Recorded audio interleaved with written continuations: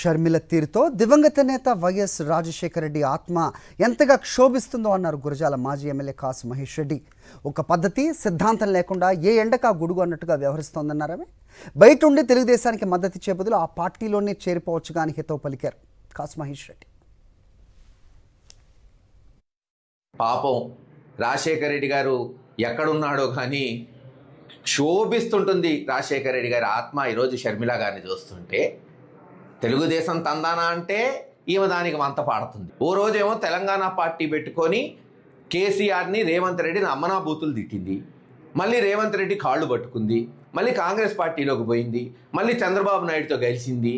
అసలు ఏంది ఓ పద్ధతి, పాడు, ఓ సిద్ధాంతం ఏమీ లేదు. ఏ ఎండకు ఆ గొడుగు ఏముంది? రేపు ఎలక్షన్ ముందు మళ్ళీ టీడీపీలో జాయిన్ అయ్యింది, ఇంతేగా.